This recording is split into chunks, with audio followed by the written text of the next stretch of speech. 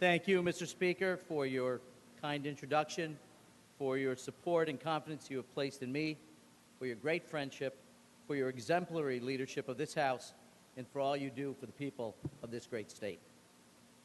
I want to also extend my thanks to Minority Leader Kolb and his team for his great cooperation and great friendship over the years. I look forward to working with him and my colleagues on the other side of the aisle during the 2016 legislative session.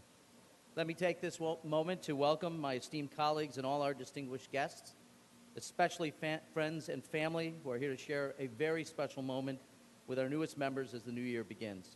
We are delighted to have you all in this, the People's House. It is a high honor and privilege to act as Majority Leader of this distinguished body, and I remain humbled by this great opportunity to serve. I am incredibly grateful for the cooperation and friendship that you, my colleagues, have extended to me during the past 3 years. It is no secret that faith in this institution, which we love so dearly, has been shaken in recent times, and it will take our best efforts to restore the public's faith in our ability to govern and to govern honorably.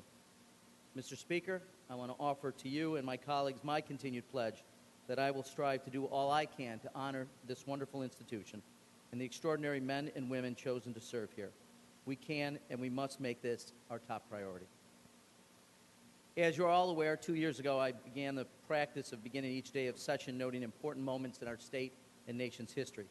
As the Speaker has aptly noted, today is of particular historical significance as we now have more women serving in the New York State Assembly than at any time in this state's storied history. As we are only 1 year away from celebrating the 100th anniversary of women's suffrage in New York, I know that this achievement would come as a point of great pride to all women, past and present, who have sacrificed so much in the name of equal rights. Friends, 239 years ago, New York State adopted its first Constitution as one of the original states in the new federal union. Since that time, this House has time and time again been called upon to provide progressive leadership for our nation in areas of social and economic justice. The Speaker moments ago outlined the great challenges that lie before us today: the need for quality education, the need for affordable health care, and the need for increased economic opportunity for all New Yorkers. As we prepare to meet these challenges, we would do well to remember those dedicated legislators who sat here in this chamber throughout the decades and whose work forged the long and proud history of this institution. As our work begins, I know we will all bear in mind that for all of our high ideals and aspirational goals, we cannot lose sight of the individual New Yorkers, the everyday citizens whose daily lives we seek to improve. We have the duty, the obligation, and the power to stand with them and give them hope for a better future. Dr. King spoke of our obligation as a people when addressing a crowd in Memphis nearly 50 years ago. He was reflecting on the parable of the Good Samaritan. The story is well known. A priest and Levite, holy men both, traveled on the road from Jerusalem to Jericho. Each came upon a man who had been beaten, robbed, and left for dead by bandits and thieves. Each walked on, concerned with their own welfare and unwilling to help the man. It was left to a Samaritan, who finally came upon the man to provide aid and comfort. Dr. King was struck by the power of this simple parable. He explained it this way. The first question, he said, which the priest and the Levite asked was, if I stop to help this man, what will happen to me? But the Good Samaritan reversed the question, Dr. King said. If I do not stop to help this man, what will happen to him? We need to frame our work here in the same manner. We should not focus on our needs. We should not be concerned with how our lives will be affected by the decisions we make. Instead, we must address the needs of our neighbors, our citizens, in particular, those New Yorkers facing crisis, trauma, and distress. This year, Mr. Speaker, colleagues, we cannot rest until we make good on the promise of opportunity for all, until every person, every child, and every family has real hope for a brighter and more secure future. In a few short months, we will adjourn, and history will be left to judge our collective efforts. So let us take up this mantle of leadership together, restore faith in our government, advance our economic and social interests, and like the Good Samaritan, provide aid and comfort to those who need it most. Together, there is nothing we cannot accomplish. Welcome to the new year, the new session. May God bless this great institution, the New York State Assembly. Thank you, Mr. Speaker.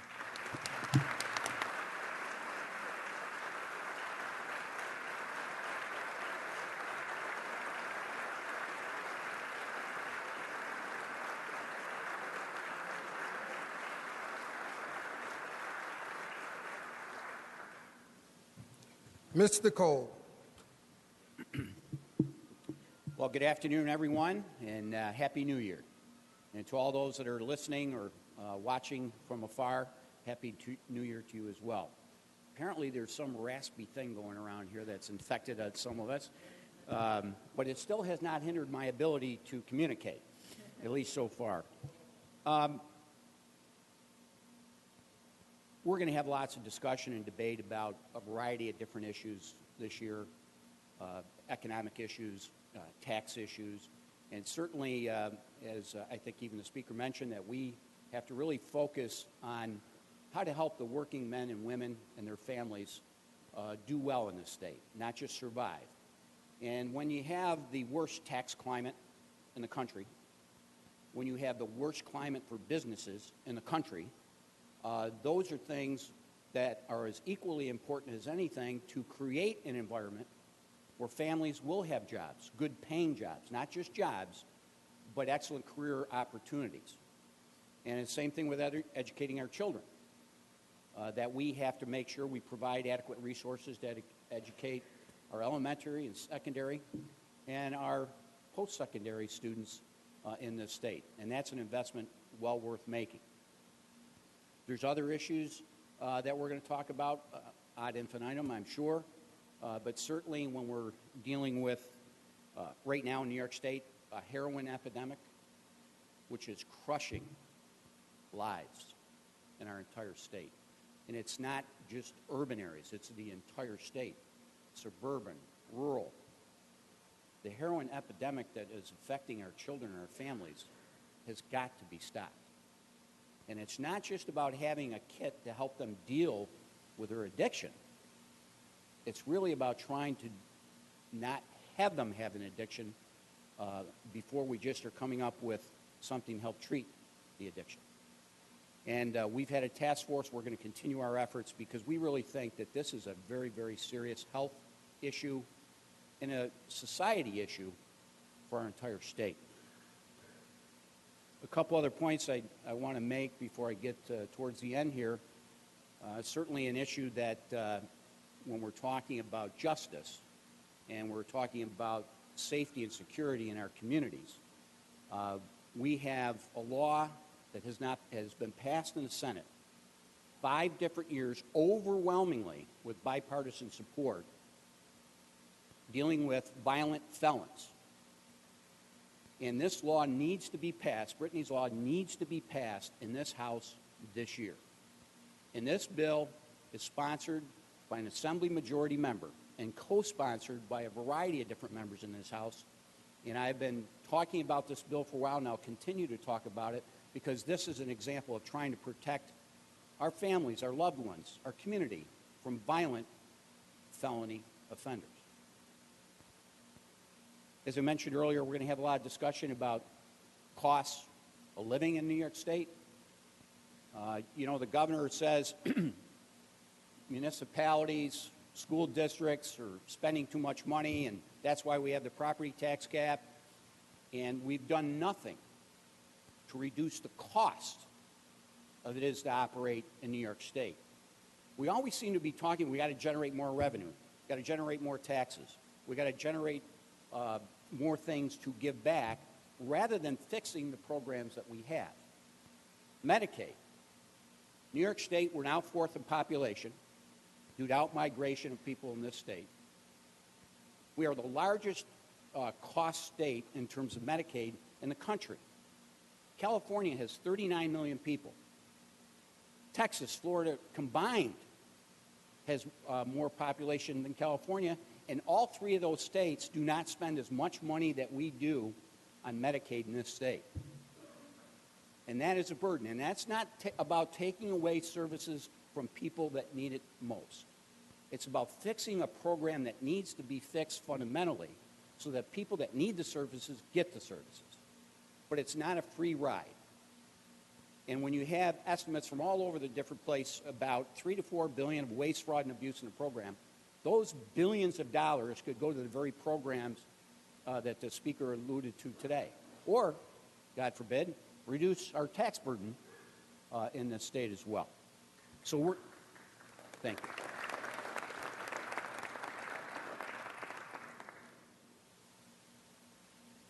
The last subject, I have two more things to cover.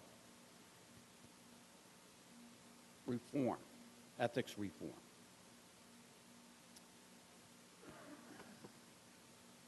There are, by my count, 213 men and women in this legislature, and yet it is common knowledge that only 3 men essentially wield all the power. When did this come to pass? Why has everyone just come to accept it? That quote is from Preet Bharara in analyzing the ongoings of Albany. Albany has to change, ladies and gentlemen.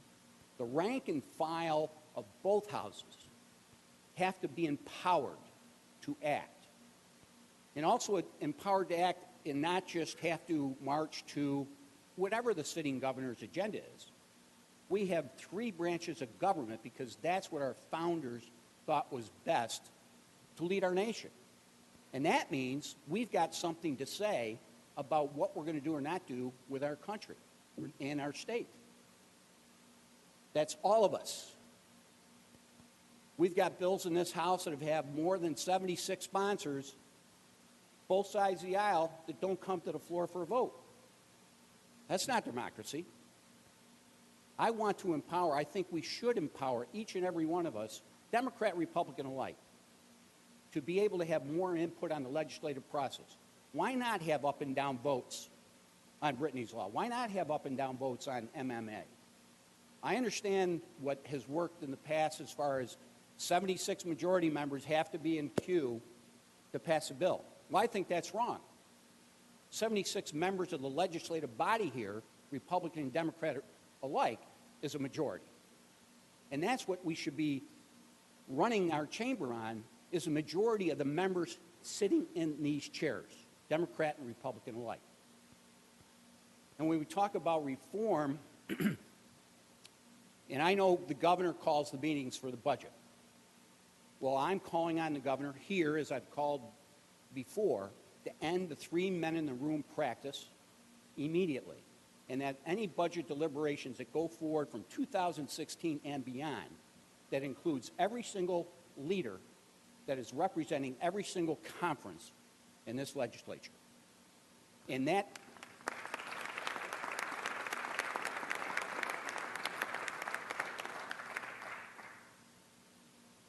we know the problems that have occurred through this process. So this is not new news, but it is an opportunity to finally change the way Albany works. Pension forfeiture that was mentioned, we had an agreed upon bill last year with the Senate, with the Assembly majorities and the governor. Through the budget process, this House did not move that bill. And my point is, if you didn't want it, great. Let's see how the votes go. And that's exactly my point. Let's have an up and down vote on tough issues, hard issues. Let's have debate on those tough, hard issues, because that's what we're elected to do. We're not here to be prodded to go along with what the leadership has decided. All of us have been elected as independent elected officials that have a brain, that have ideas, and we should not be hindered by the past. And we have an opportunity to change a future starting now.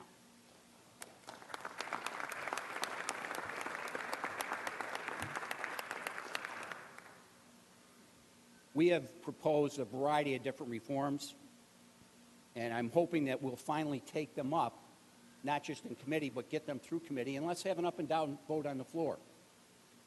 Proposing things like term limits for leaders, term limits for committee chairs. We can't allow this ingrained power to continue. Each and every one of us has something to offer, and I want to take advantage of that. And that's what has to change. And the people in this room, every single one of you that I'm looking at, my colleagues in this room, have the power to push for change. You just got to want it. And you've just got to break out of, well, we've always done this before. Well, we don't have to do it anymore. We've seen what the status quo has done to the reputation of our state government.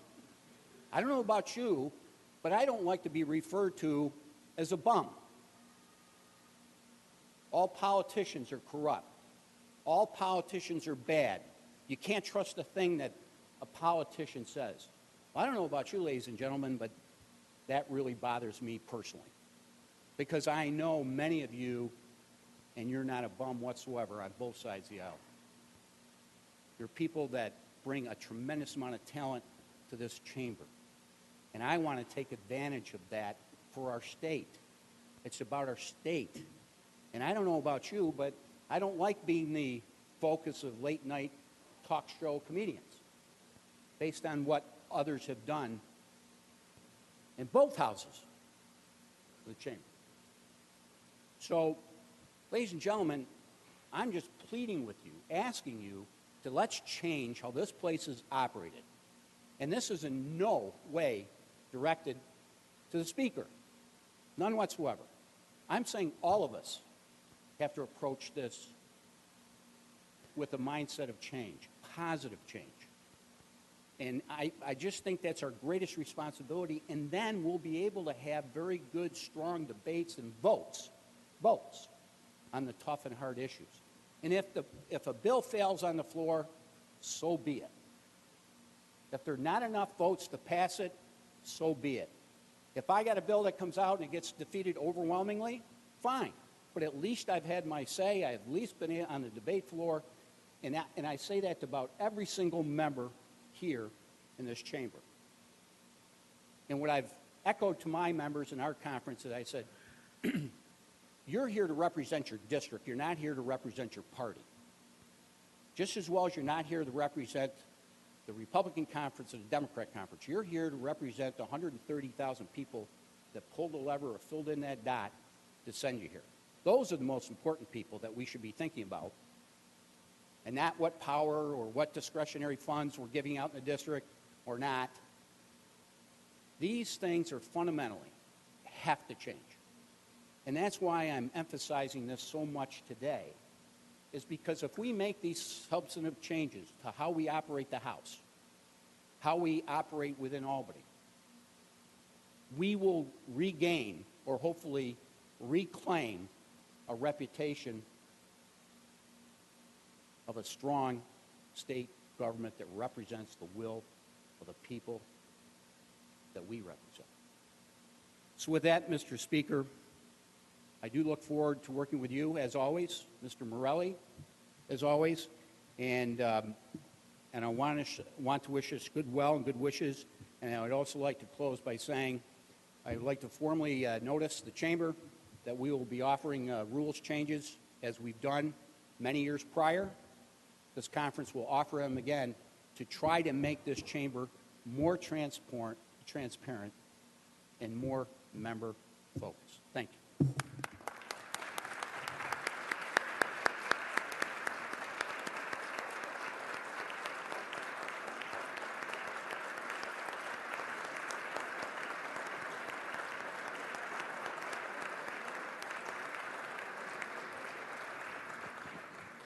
Mr. Morelli, to formally introduce our newest colleagues to the body. Yes, thank you, Mr. Speaker. It is one of the great privileges of this job that I get to each year introduce our newest members to the New York State Assembly, and I'm delighted to do that today. And let me begin with Assembly Member Alicia Heineman.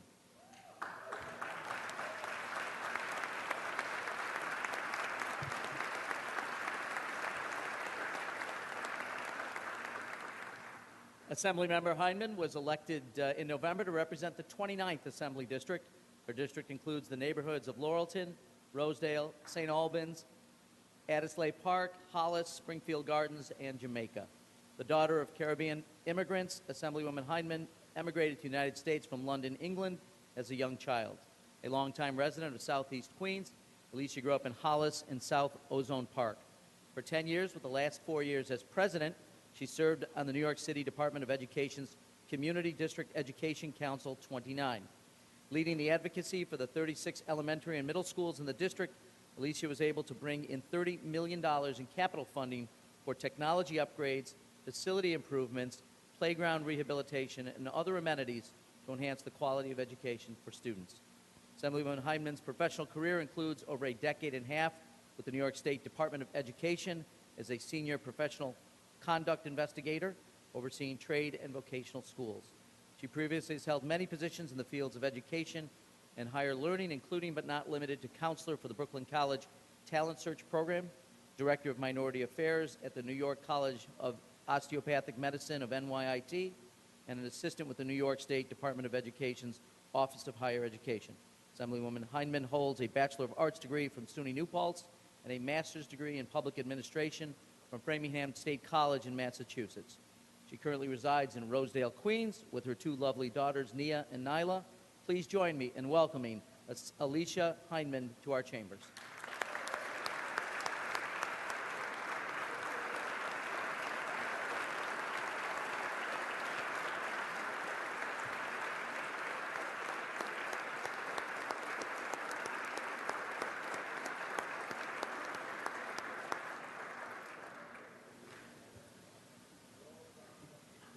Mr. Speaker, it's a great privilege for me to introduce Pamela Harris to our chamber. Pamela was elected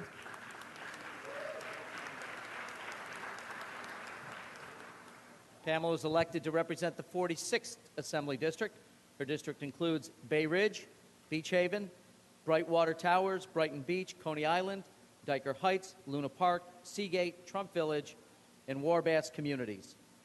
Assemblywoman Harris is a lifelong resident of Coney Island, where she resides with her husband, Leon, and granddaughter, Brianna. Working with local community groups, Pamela has fought to revitalize Coney Island by ensuring more opportunities, particularly for children. Pamela's achievements include founding the Coney Island Generation Gap, a nonprofit organization aiming to educate and empower youth to get them off the streets and away from crime. Prior to her work with local children, Pamela served as a correction officer for many years, helping to keep families safe. Her community activism includes helping those affected by Superstorm Sandy. She's a vocal advocate for relief efforts and has previously helped by personally delivering food, clothes, and blankets to her displaced neighbors. Assemblymember Harris attended John Jay College of Criminal Justice, where she obtained an associate's degree in general studies. She also holds a bachelor's degree in health and human services from St. Joseph's College, as well as a master's degree in Human Development and Family Studies from Capella University. Please join me now in welcoming Pamela Harris to our chambers.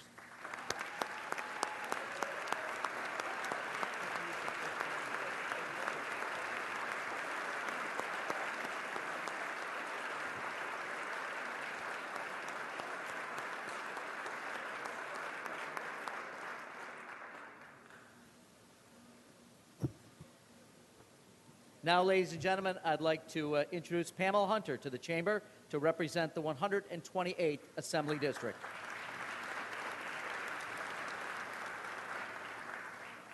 A native of upstate New York and a U.S. Army veteran, Assemblywoman Hunter represents the south and east sides of Syracuse, as well as the surrounding towns of Salina, DeWitt, and Onondaga. Prior to election to the New York State Assembly, Pamela served on the Syracuse Common Council, most recently as chair of the Public Safety Committee. For the past 2 years, she sat on the board of the Syracuse Industrial Development Agency, working to create jobs and grow the economy. Pamela has a long history of leadership in local nonprofit organizations, including Epilepsy Prelude Incorporated, the Syracuse Community Health Center, Home AIDS of Central New York, Catholic Charities, and Access of Central New York. Pamela is passionate about building a better future for Central New York by creating good jobs, improving our schools, and keeping our streets safe. She lives in Syracuse with her husband, David, and their son, Nathaniel. Please join me now in welcoming Assemblymember Pamela Hunter to our chambers.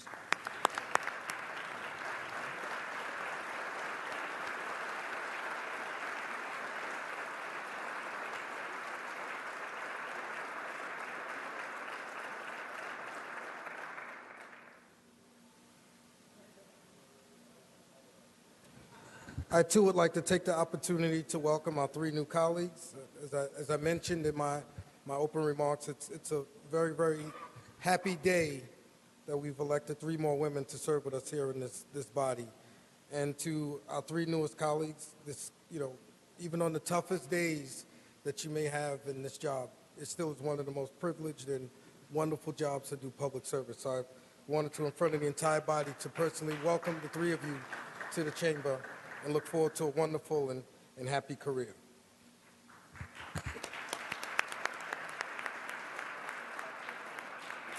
Mr. Morelli, I understand we have a resolution to amend the rules.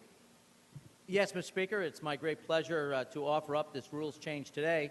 It is a culmination of a bipartisan effort to implement a constitutional amendment to provide for electronic bills in the chamber. I'm proud of the step that we are taking today to enhance our operations and to significantly reduce our use of resources. I'm proud the Speaker has appointed me to head the working group, and I want to thank Mr. Aubrey, Ms. Peoples-Stokes, Ms. Corwin, and Ms. Dupre for their time and effort to make this a reality, and I offer the following resolution and move its adoption. The clerk will read. Assembly Resolution amending Rule 3 of the Assembly Rules in relation to the introduction of bills. On the resolution, the clerk will record the vote.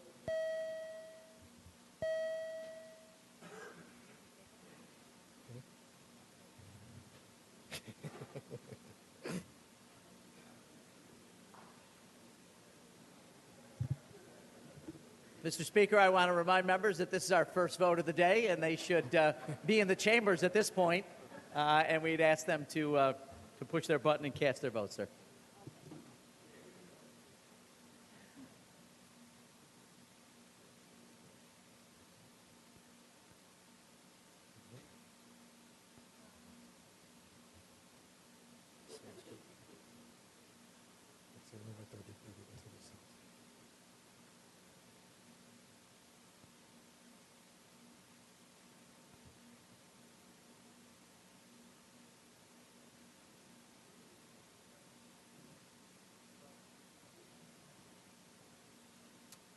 Are there any other votes? Announce the results. Ayes 131, noes 0. The resolution is adopted. Mr. Morelli. Yes, thank you so much, Mr. Speaker. Thank you, colleagues, for your presence today and for all your hard work. And with that, Mr. Speaker, I now move that the Assembly stand adjourned until Thursday, January 7th, tomorrow being a legislative day, and that we reconvene on Monday, January 11th at 2 p.m., Monday being a session day. On Mr. Morelli's motion, the House stands adjourned.